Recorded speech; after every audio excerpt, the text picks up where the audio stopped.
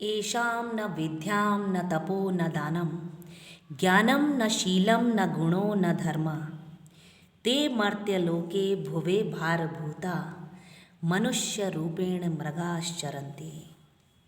अर्थात जिसके पास न तो विद्या है, न वह दान करता है, न ही उसके पास ज्ञान का भंडार है, न शील है, न गुण है और न ही धर्म है, वह मनुष्य इस मृत्युलोक के भूमि पर भार के समान है और मनुष्य रूप में पशु के समान जी रहा है। समझ गए ना इसका अर्थ?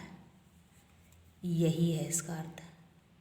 नमस्कार दोस्तों, आपके सामने दोबारा से एक वीडियो लेकर मैं राखी आ चुकी हूँ। इससे पिछला वीडियो भी आप लोगों ने देखा, सराहा, उसके लिए आपका बहुत बहुत धन्यवाद देना चाहती हूँ। जानते हैं, इस धरती पर जब हम जन्म लेते हैं तो हम इस जन्म को समझ ही नहीं पाते कि क्यों इस धरती पर जन्म लिया है हमने, क्या उद्देश्य है हमारा इस धरती पर, किस उद्देश्य को लेकर ईश्वर ने हमें इस धरती पर भेजा है। हम अपने उद्देश्य तक को नहीं पहचान पाते, और जो उद्देश्य नहीं पहचान पाता वह मनुष्य बिल्कुल जो शब्द मैंने अभी कहे उसके समान होकर ही रह जाता है। न वह दान करता है, न उसके अंदर शील होती है, न गुण, न कोई धर्म, न विद्या। क्या हम अपना उद्देश्य पहचान सकते हैं?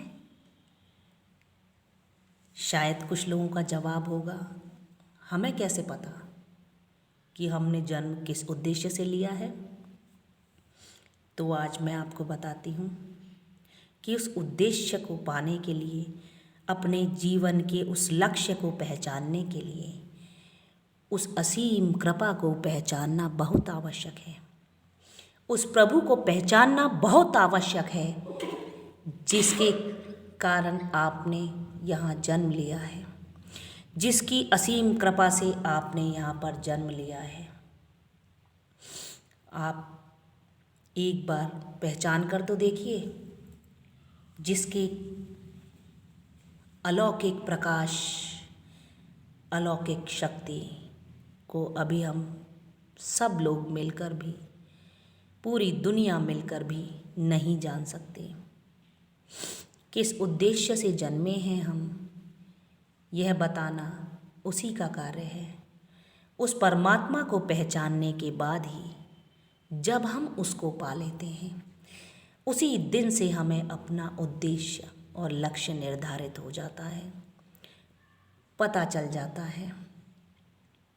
एक बार प्रभु श्री राम ने कहा था, साथियों, जानते हैं हमारा इस धरती पर जन्म क्यों हुआ है?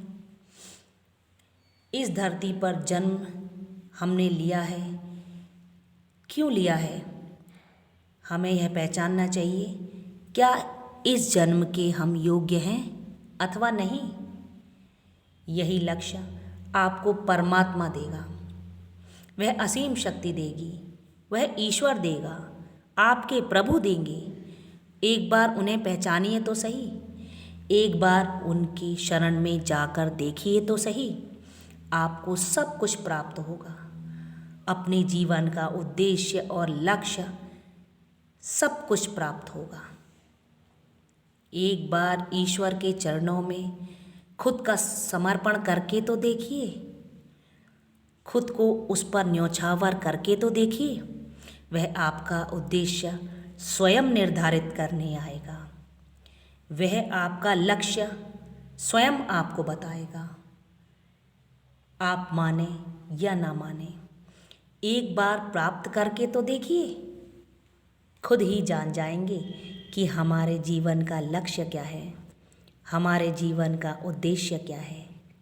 साथियों, मैंने भी स्वयं ईश्वर से, उस असीम शक्ति से अपने जीवन का लक्ष्य और उद्देश्य पहचानने की प्रयास किया है और इच्छा जाहिर की उस ईश्वर के सामने कि मुझे मेरा लक्ष्य बताएं।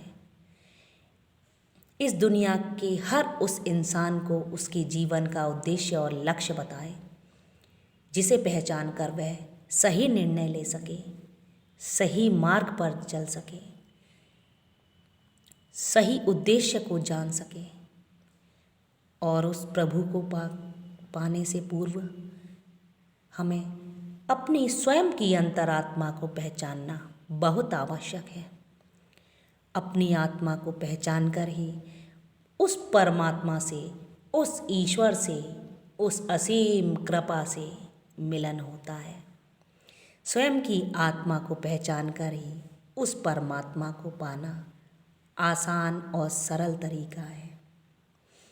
और जब हम उस ईश्वर, उस परमात्मा को पा लेते हैं, तत्पश्चात हमें हमारे जीवन का लक्ष्य और उद्देश्य प्राप्त हो जाता है। इसमें कोई संदेह नहीं है। तो साथियों, इसी आशा के साथ कि आप भी अपने जीवन का लक्ष्य और उद्देश्य उस असीम ईश्वर और परमात्मा से जानने का और पाने का प्रयास करेंगे। मैं राखी आप सबके सामने दोनों हाथ जोड़कर नमस्कार करती हूँ और आशा करती हूँ कि आप मेरे इस वीडियो को अवश्य ही पसंद करेंगे और लाइक करेंगे। बहुत बहुत धन्यवाद। जय श्री राम।